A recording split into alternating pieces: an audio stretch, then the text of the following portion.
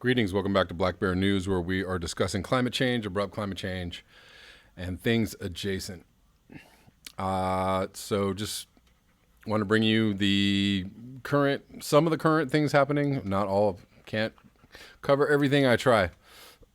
I would be, of course, doing videos all day long if I were covering every single story that needed to be covered immediately. Dorian, we have a hurricane heading toward Florida. Dorian may be extremely dangerous Category 4 hurricane when it makes landfall. This is from CBS News from today. Hurricane Dorian gained strength in the Atlantic Wednesday night, and millions of people in Florida were warned to be ready for its impact. Strengthening is forecast during the next few days, and Dorian is expected to become a major hurricane on Friday and remain an extremely dangerous hurricane through the weekend. The National Hurricane Center said Thursday morning. Dorian could be a Category 4 storm when it makes landfall Monday. CBS News weather producer David Parkinson reports the storm could have a maximum sustained winds of 130 miles per hour. Landfall could happen anywhere along Florida's Atlantic coast. Parkinson reports the storm rolled over the Virgin Islands Wednesday, hitting St. Thomas with wind gusts of up to 100 miles per hour. Puerto Rico escaped with no serious damage. The Federal Emergency Management Agency was relocating teams from Puerto Rico to the U.S. mainland. A state of emergency has been declared in Florida.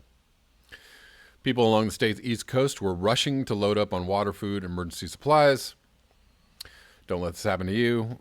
If you don't have emergency supplies, as I eye my emergency supplies, do I have enough emergency supplies in case something happened?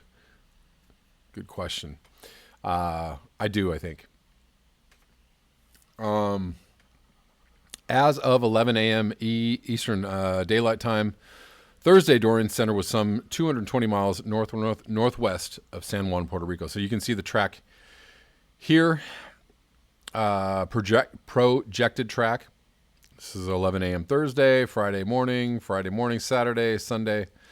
This is a pretty, slow moving behemoth of a hurricane.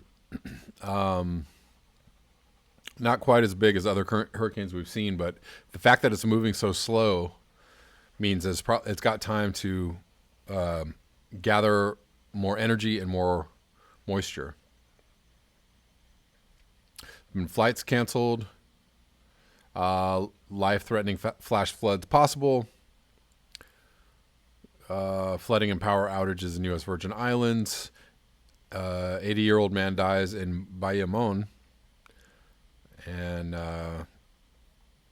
so I'm going to link this below, and you guys, I'm sure everybody is watching this. Next, Greta Thunberg has arrived in New York City. She arrived yesterday. She sailed for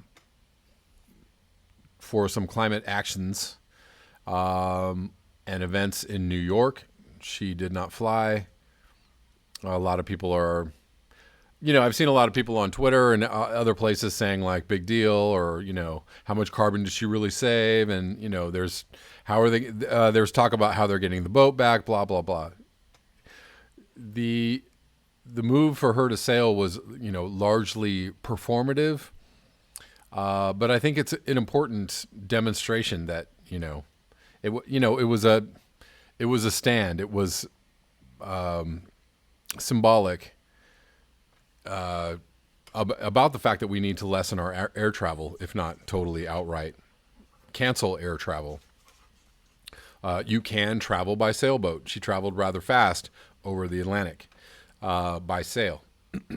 Anyways, it's been 15 days since 16-year-old climate activist Greta Thunberg hitched a ride on the sail-powered yacht from Europe to the U.S. to protest the UN Climate Action Summit taking place in New York in mid-September. Thunberg has vowed to avoid air travel due to environment-harming carbon emissions.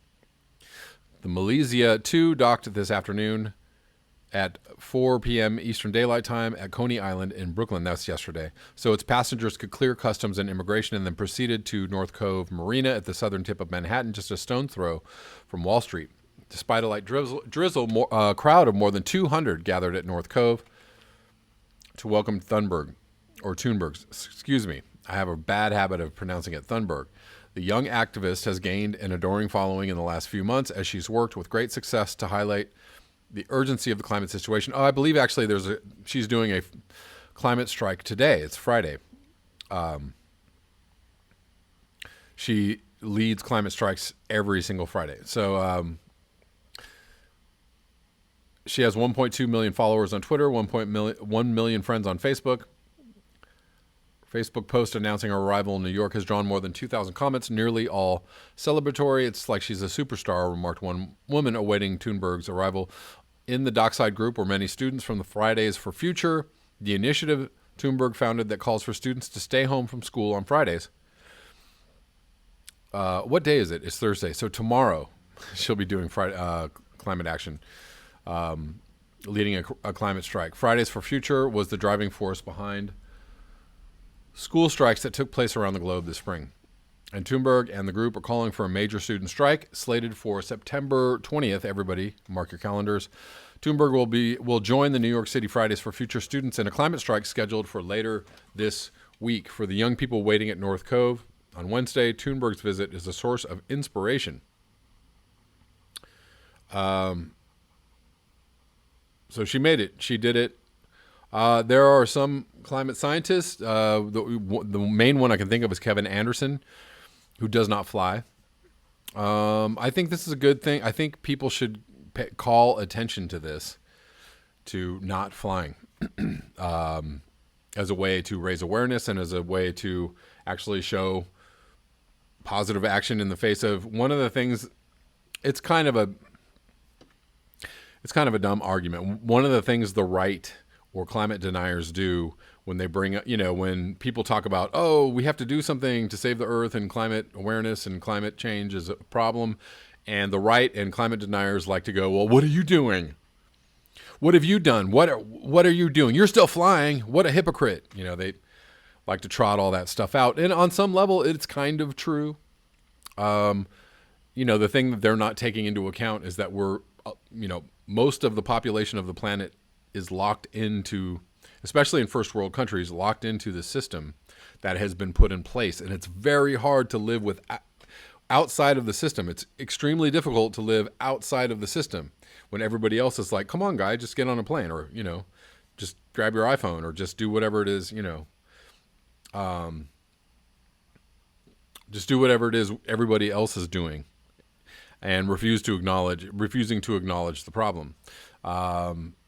Most people that are aware of climate change are doing as much as they can in the face of climate changes, are doing as much as they can to not be a part of the system, to live off grid, to grow their own food, to use less resources, they're doing all that they can, but it's hard to be 100% outside of the system. So when the right wing and the deniers say, what are you doing? And I've had people say that to me, oh yeah, you're still blah, blah, blah. Of course I'm still blah, blah, blah.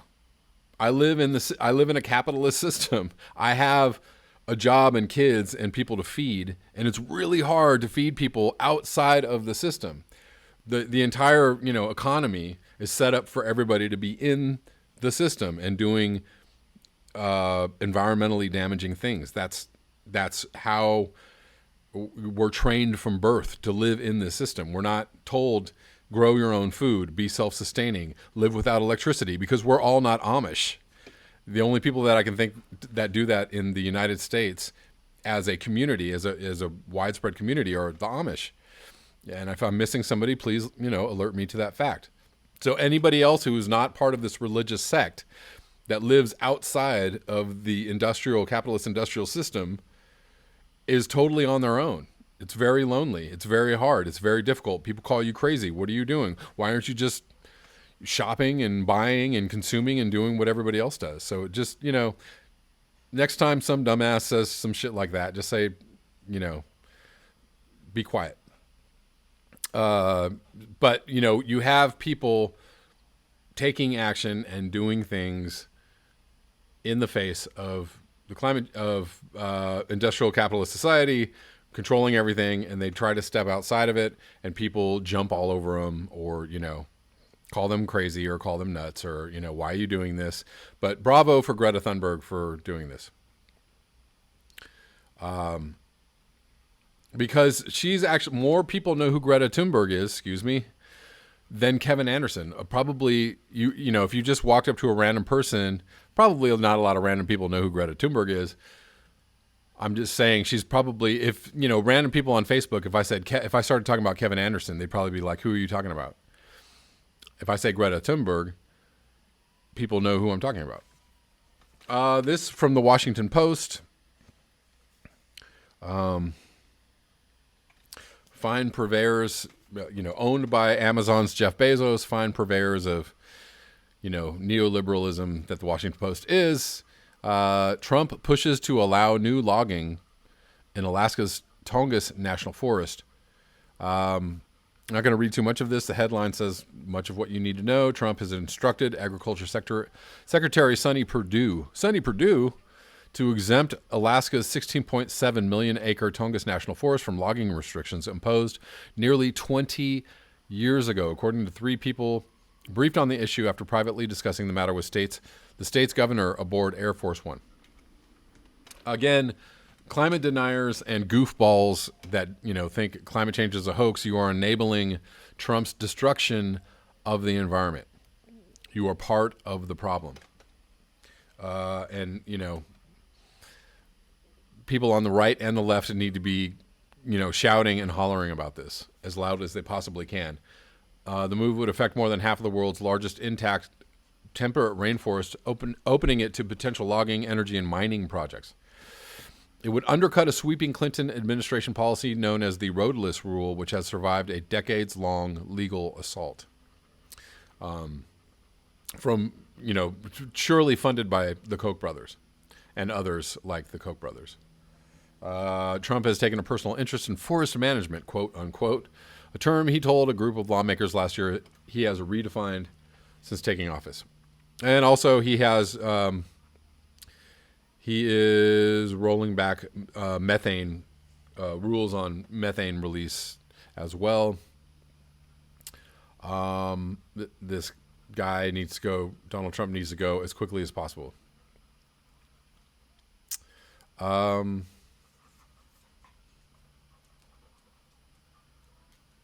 Let's see.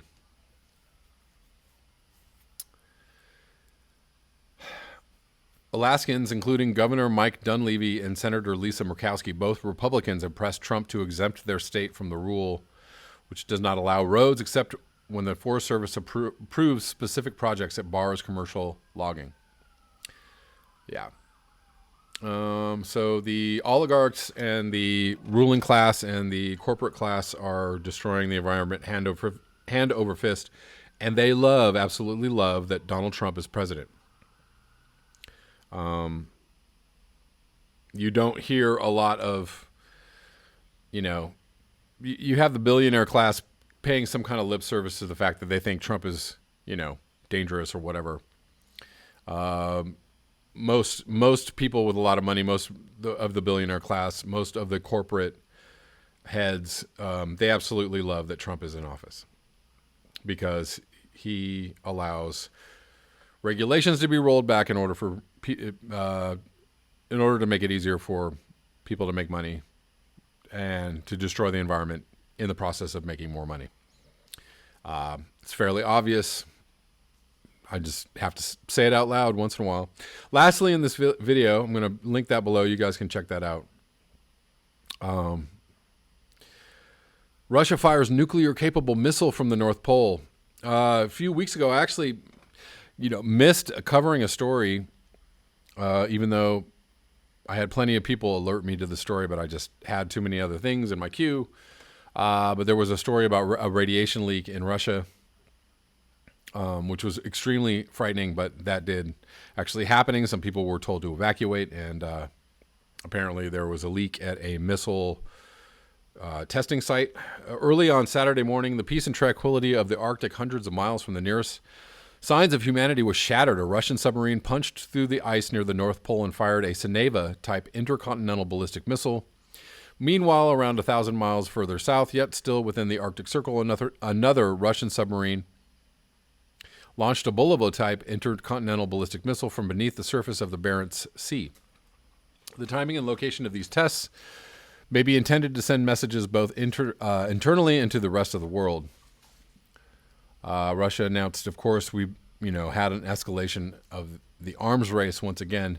Russia is developing new weapons. We are upgrading our weapons, and it goes on and on. Russia announced the 2 launches on October 24th. The near simultaneous launches were conducted by 2 submarines, a Delta IV class boat named the Tula, and the newer Bore 1 class boat Yuri Dolgorugi, firing the frigid waters of the Barents Sea. The missile tests come less than 3 weeks after an accident at the Noxa Naval Test Range left 5 dead and several injured. That incident, reportedly resulting from an explosion of a liquid-fueled engine, raised radiation levels in the area. Also, recently, Russia has suffered a massive ammunition depot explosion in Siberia and a serious accident aboard the nuclear-powered submarine Llama, which left 14 elite hydronauts dead. The new tests may be intended to place a positive bookend. I don't know how that's positive. We fired some missiles. Yeah. Russia. But we do, same goes for America. We fired some missiles. America. Yay us. The new tests may be intended. Yay humans. Yay, look what we can do with our stuff. The new tests may be intended to place a positive bookend to this tragic series of events. I already read that. So the Arctic is, I was just reading on Nick Humphrey's page about the fact that the Arctic shipping routes are totally clear of ice. So any ship can basically travel, through the Arctic shipping routes right now. Russia is, trying to claim Arctic territory for drilling of oil and gas, of course, and we are making our claims, as well.